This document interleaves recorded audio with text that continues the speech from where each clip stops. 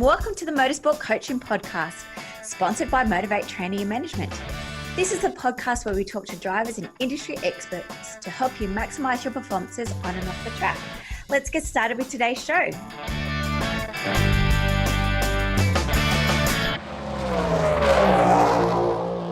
Hi crew, and welcome to episode 114 of the Motorsport Coaching podcast. I am your host, Belinda Risley, and today I am joined by a young gun, Miss Alice Buckley. She's a driver of KA2 go-karts.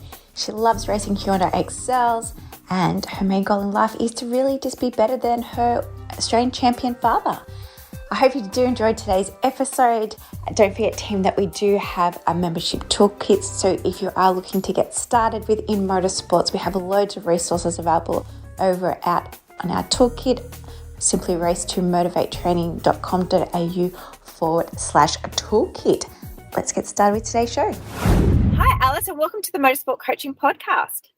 Hello. Thank you for having me. I'm very excited to hear your story. Tell us, how did you get started in motorsports? I got started in motorsport through my dad because he used to race and he was an Australian champion. So he always wanted another Patrick to race. And my mum, being my mum, said to my dad that if my little brother gets a go, I must have a go. Oh. So did my two older sisters. So all the girls got to go, and it was really good. They didn't enjoy it as much as me. So they don't race. They drive. They're 18 now, so they can drive a road car, and that's enough for them. But yep. I enjoy racing, so Dad introduced it to me. And how old were you when you started racing? I started practicing at 6, and I believe I had my first race at the age of 7. Awesome. And how old are you now? How long have you been racing for? I'm 14. Yeah. So I've been doing it for a while. Fantastic. And so does your little brother race? Yes. My little brother Paddy races as well. Yep. He started racing 3 years after me. And what do you love about racing?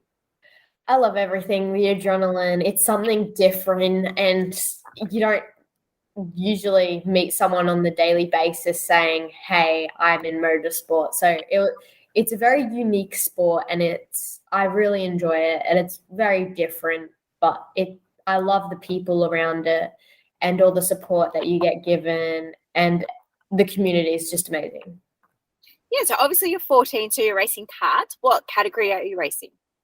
I'm racing KA2 Junior and KA3 Junior. So what's your goal with racing? Are you wanting to be better than Dad, or as good as Dad? Or? Yes, I would love to be better than Dad, have more accomplishments. It's always great to beat your parents at something.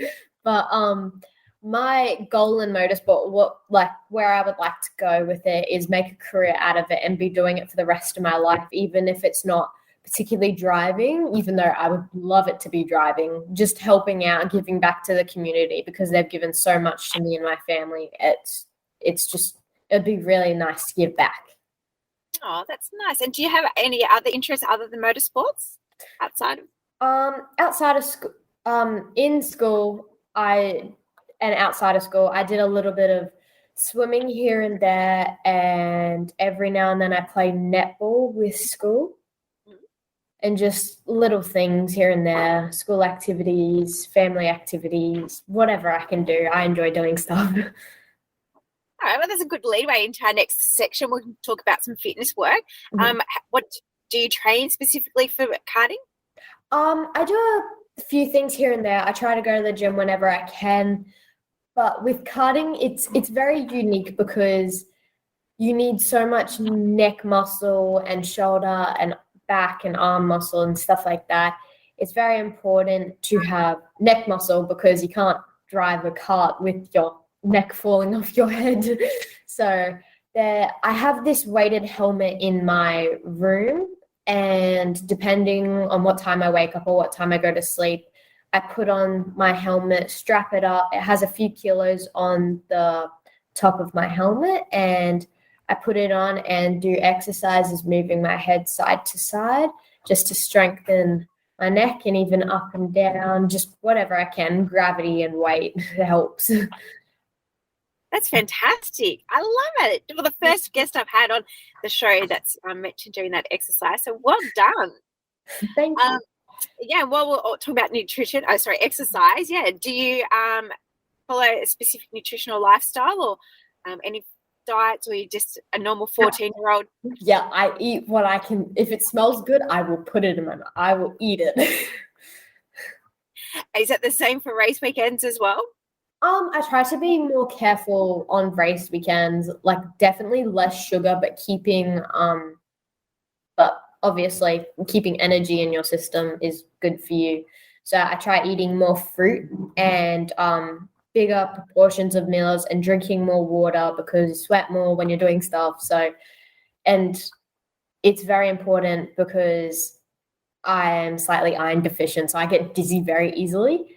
So it's very important to keep food in my system.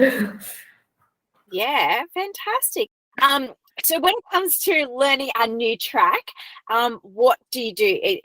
Tell us how do you go about learning a new track? So learning a new track, usually I try and get to the circuit itself earlier, so then I can do a track walk, discuss it with my team and my pit crew, which is very helpful because at least you know which way you got to go and when you need to turn.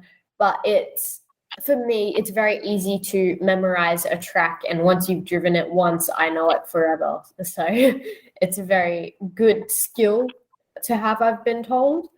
But I don't know. It's good to know which direction you're turning when you're meant to be turning when you're going 100 and something Ks. That's always important. Yeah. When Dad gives you advice, do you listen to him? Yes, I try my best. Sometimes they speak gibberish, but that's okay. Communication is key. Yeah. And when it comes to like mindset, like if you've had an accident or anything, how do you overcome those things? Watching back on my footage and talking about it is very important so I can understand what I've done wrong, what position I've potentially put myself in, and how I can avoid it for next time. That is very important because then you can avoid more crashes. Yeah, I mean, crashes are inevitable sometimes, but yes, it's always good to know the cause of the accident as well. Yes. And when it comes to doing sponsorship, do you have any sponsors? I have a few sponsors here and there. Yeah, I'm very proud of them. Well, tell us about it. And are they like relationships through your parents, or are these people that have contacted you, or you've gone out and seek them? It's contacts from everywhere, which I'm very happy about. But one of my biggest sponsors is Australian Sheep Piling, ASP, and they're a family business. Their dad owns a business and my grandfather owns a business, and it's family-owned business. So I'm very proud of it, and I'm very lucky to be sponsored by them and to have them supporting me. So they're a big sponsor, and I have Castrol, which is very big. Yeah, so I'm very happy to have them. I also have Bendworks, and they're known through my father, through their work. And I'm very proud of these sponsors. Yeah. Oh, that's fantastic. Yeah. And when it comes to your social media accounts, is that something that you manage yourself, or does Mum do that for you, or maybe even Dad? Or yes, I mainly manage them, but every now and then I ask Mum and Dad for their opinions because they have more experience than me. And being politically correct is very important in this sport, so no one gets hurt and it's done correctly. And what platforms are you on? I have Facebook and Instagram, and that's all I'm aware of. There's so many these days. It's so hard to keep up with them all. Yes, and new things coming about. Yeah, all these new features. Yeah, they're very hard to keep up with. Yeah. So do you have any favorite competitors? Or what's your favorite track, maybe?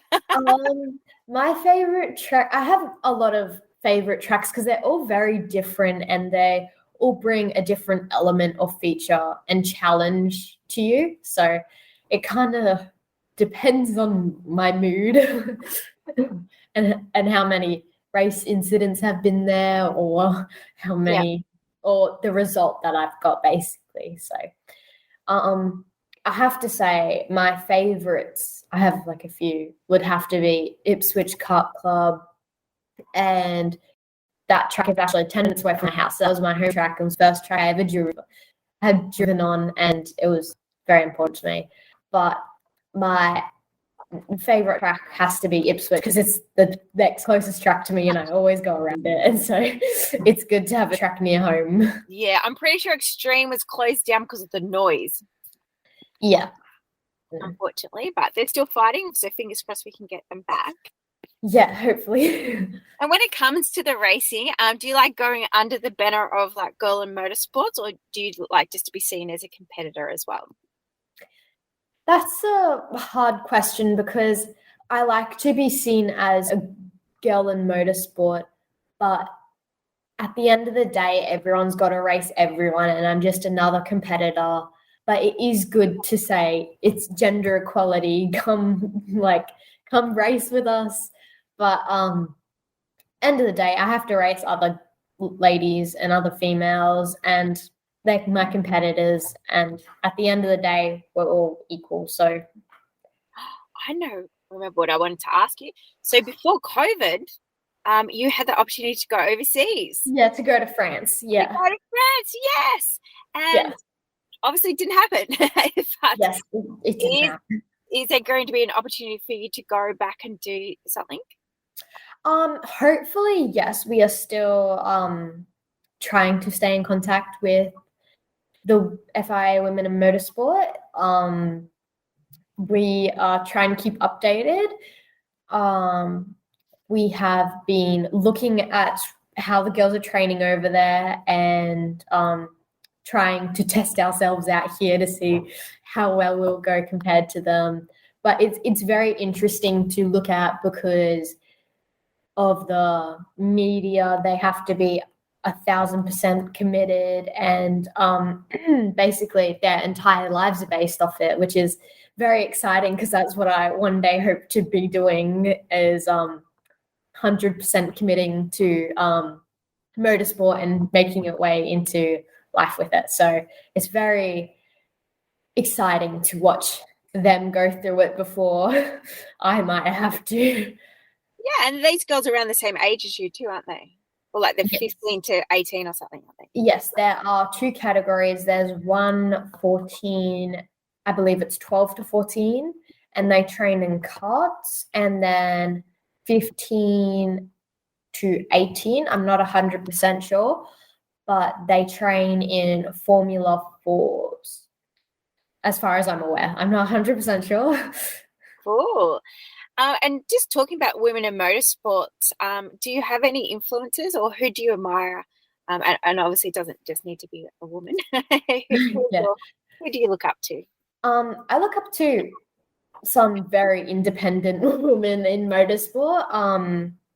Molly Taylor is a very big one, and Jess Dane. Jess Dane is a really lovely lady, and so is Molly. I haven't met Molly, but I've met Jess, and she took us through the 888 factory, which is very exciting. Mm-hmm. But she actually came and watched me practice a few days. And she is very big on supporting me and helping women my age go through motorsport and trying to help us guide us where we need to go, which is very big helpful. And Ainsley, she helped me with my Instagram and Facebook, like my social media basis, for a while there, and it worked out very well. So I'm very happy for her helping me, and it was very good. But I look up to anyone who's doing the right thing in motorsport, and it's good to have a sorry, I keep having mind blows, but a very someone to look up to, and someone that can support you and guide you is very important to me. I reckon if they did a movie about Molly Taylor, that you could do the younger version because you look exactly like Molly, don't you? Oh, that's cool. She's very pretty. I'm gonna take that as a Right, well, so you. Even I'm saying you could be the young Molly Taylor in a movie. Yes. So no doubt, with all these like Drive to Survive and Stan Sport coming on board, someone will have to do a documentary on the life of Molly soon. Yeah, she's a lovely lady. She's a lovely lady. Fantastic. Well, thanks very much for talking to us, Alice, today. It was great to hear from you. Mm-hmm. And before we go, my last question is, do you have pineapple on pizzas? No. No. Do you? Yes. Do you like pineapple? I love pineapple. I just can't have it on pizza. I do like it, but it is quite interesting hearing who does and who doesn't like it. Yeah, it's very interesting. Yeah. Again, Alice, thank you so much for joining me today. Yeah, thank you for having me. How can people follow your journey? My social media. I like to keep people updated. That's how I try and keep people updated. And it's very good because I can let my sponsors, anyone who wants to be there, or anyone that wants to let me know about them. Social media is very important to me because I get to know about people and people get to learn about me. And it's a very big thing in the motorsport community because it's how news gets around, and I'm very blessed to be social media. So Yes, so what's your handle? Is it just at Alice Buckley? Yeah. Is that it? Yeah. It's just Alice Buckley 50. Mm-hmm. Beautiful. Fantastic. Well, make sure that you go along, guys, and follow Alice on her social media. One to watch out coming up into the future of Australian motorsports. So again, Alice, thanks very much. Have a great night. Thank you. You too. Well, thanks everyone for listening to this week's show. I really hope you enjoyed that one as much as I did. Now, remember, all the show notes with the links and the specials mentioned in today's show are available over at MotiV8Training.com.au. If you haven't already, I'd really appreciate it if you could head to iTunes or Stitcher, type in Motorsport Coaching, subscribe, and leave us a review. Each week, I'll read them out and you'll go into a monthly draw to win a fantastic prize. If you have any questions or comments, please email us at MotiV8Training.com.au or head over to our Facebook page at MotiV8T. Until next time, take care.